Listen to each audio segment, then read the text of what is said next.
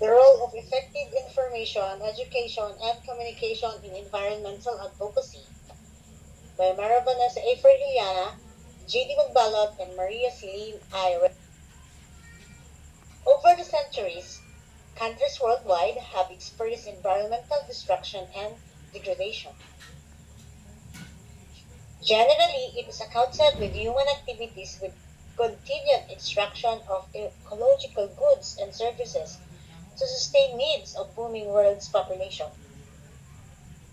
Numerous environmental movements, laws, policies, and programs were applied and implemented to attain sustainable development.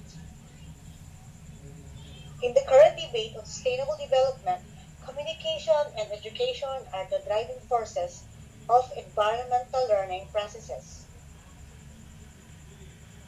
Environmental communication, which is a way of strategic plans and process used to communicate embedded with a well-defined strategy, efficient use of methods, instruments, and techniques.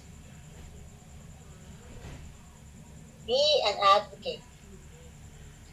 Environmental advocacy aims to influence people, policies, structures, and systems in order to bring about change.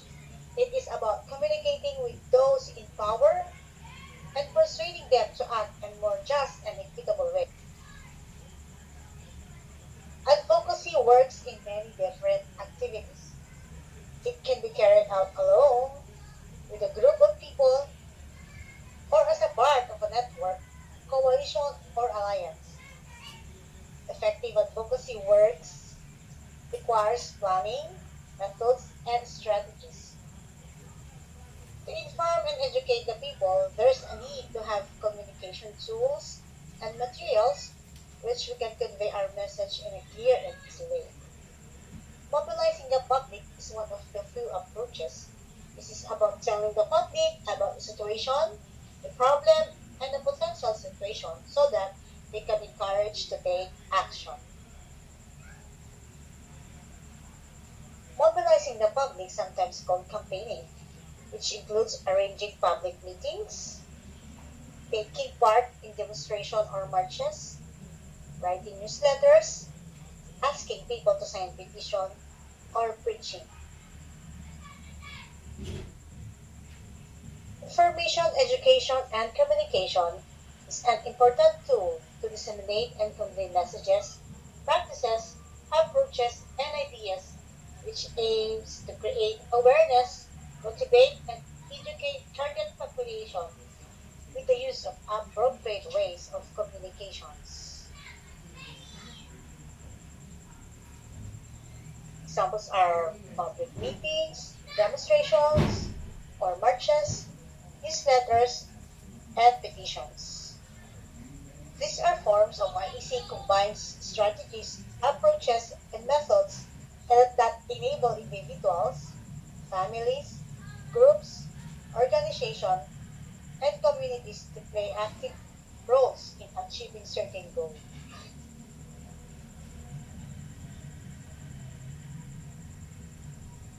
Objective of information, education, and communication. First, to empower people to make decisions, modify behaviors, and change social conditions.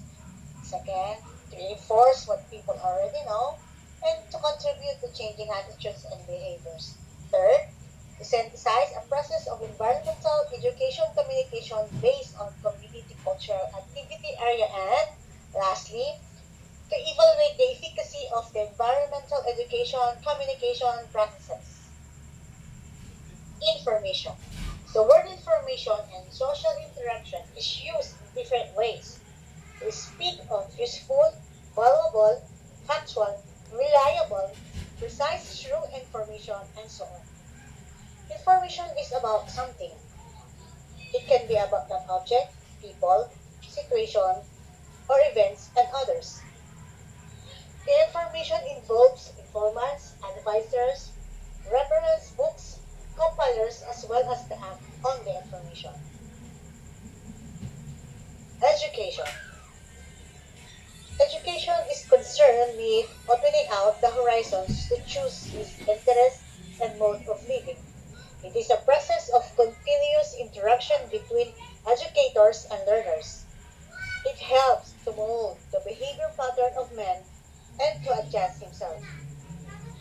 Educational process is a planned effort to achieve predetermined objectives related to thinking, feeling, and practices. And for communication, communication is a process of transmission of ideas, thoughts, feelings, behavior from one person to another, and thus to obtain desirable response to what is being transmitted.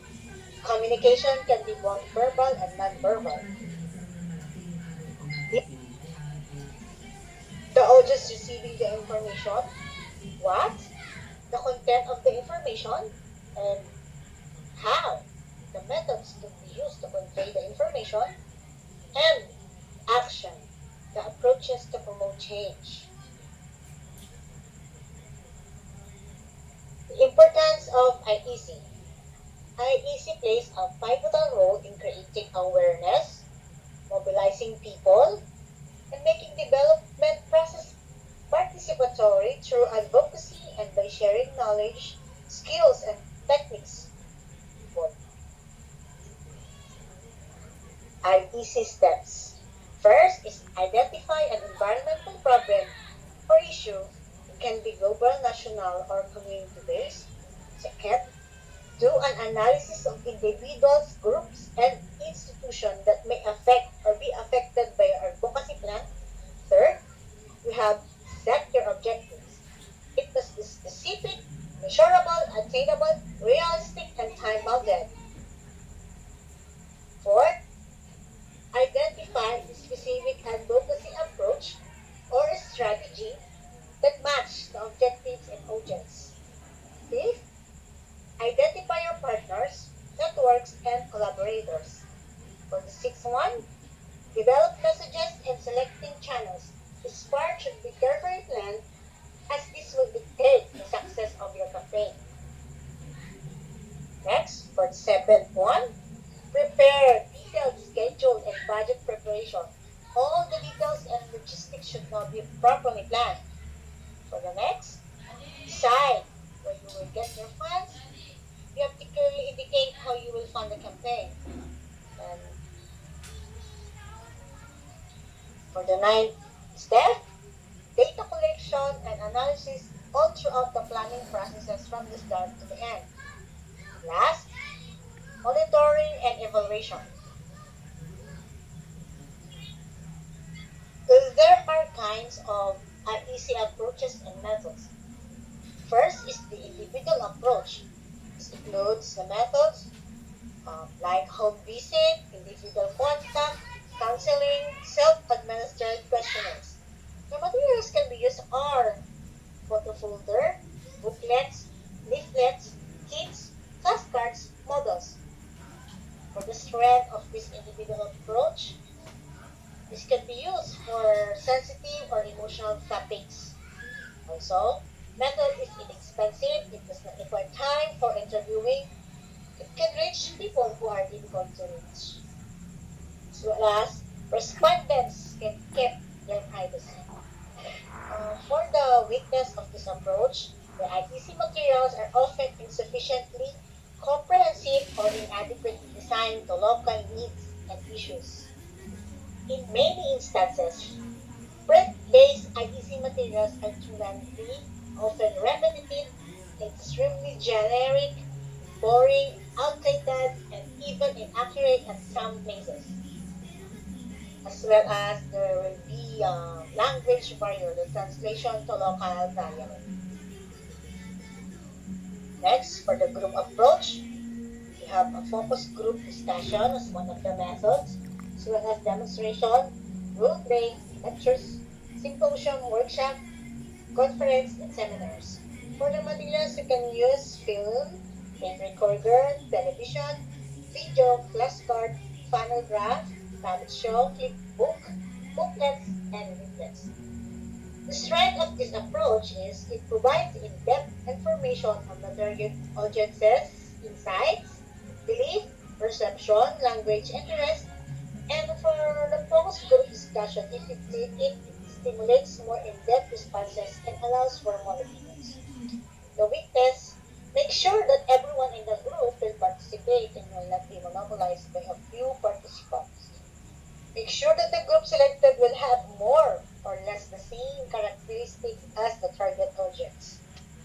Lastly, for the mass approach, the method is media. Materials are television, radio, newspaper, printed material, posters, direct mailing, billboards, murals, wall painting, internet, email. The strength of this is most effective outreach tools can save times and since this can be tested to large audience at once. The weakness are language barriers. Translation to local dialect. We have limited rural distribution. For television and radio, it requires access to electricity. And last, difficult to coordinate with service delivery. The next slide shows example of individual approach. For the group approach,